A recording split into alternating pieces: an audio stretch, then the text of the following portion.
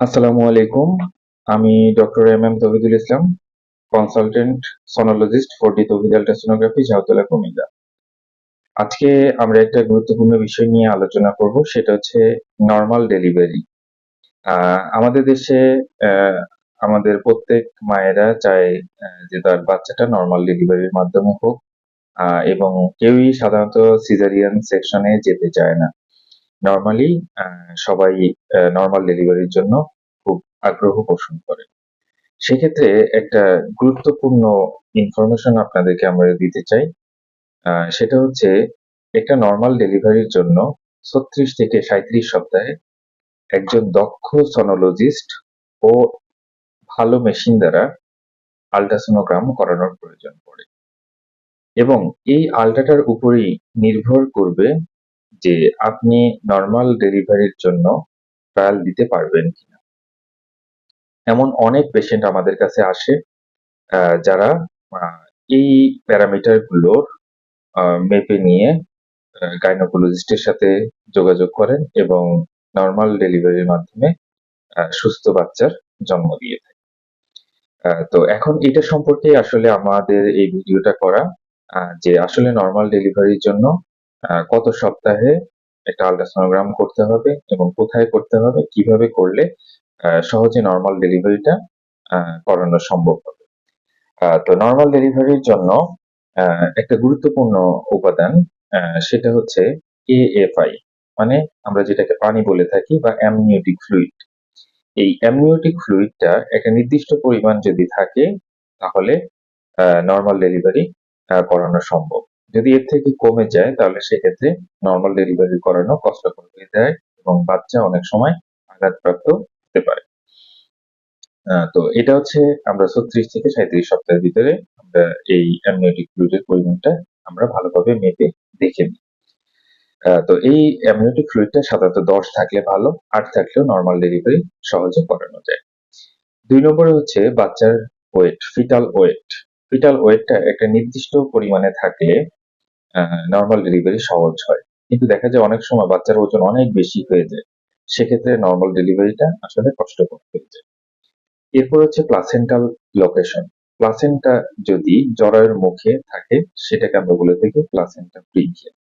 এরকম placenta previa যদি থাকে, সেক্ষেত্রে নর্মাল ডেলিভারি করানো কষ্টকর বা নর্মাল ডেলিভারি করানো যায় না।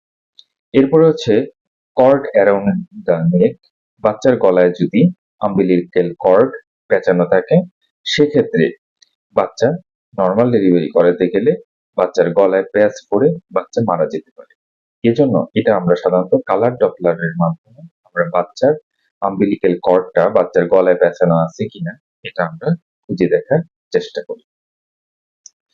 এরপরে আমরা যেটা দেখি সেটা হচ্ছে যে যদি বাচ্চা এর আগের বাচ্চা যদি সিজারের মাধ্যমে হয়ে থাকে, কিন্তু এই বাচ্চা নর্মাল ডেলিভারির মাধ্যমে করতে চাচ্ছেন, সেক্ষেত্রে স্কার থিকনেসটা খুব গুরুত্বপূর্ণ। স্কার থিকনেসটা আমরা সাধারণত দেখে থাকি যে ইউরিনারি ব্লাডার বা মূত্রথলি ফুল থাকা অবস্থায় আমরা সাধারণত স্কার থিকনেসটা দেখে থাকি। যদি দেখা যায় যে স্কার থিকনেসটা ঠিক আছে বা এখানে স্কারে যদি কোনো সমস্যা না থাকে, সেক্ষেত্রে নর্মাল ডেলিভারির ট্রায়াল দেওয়া যায়।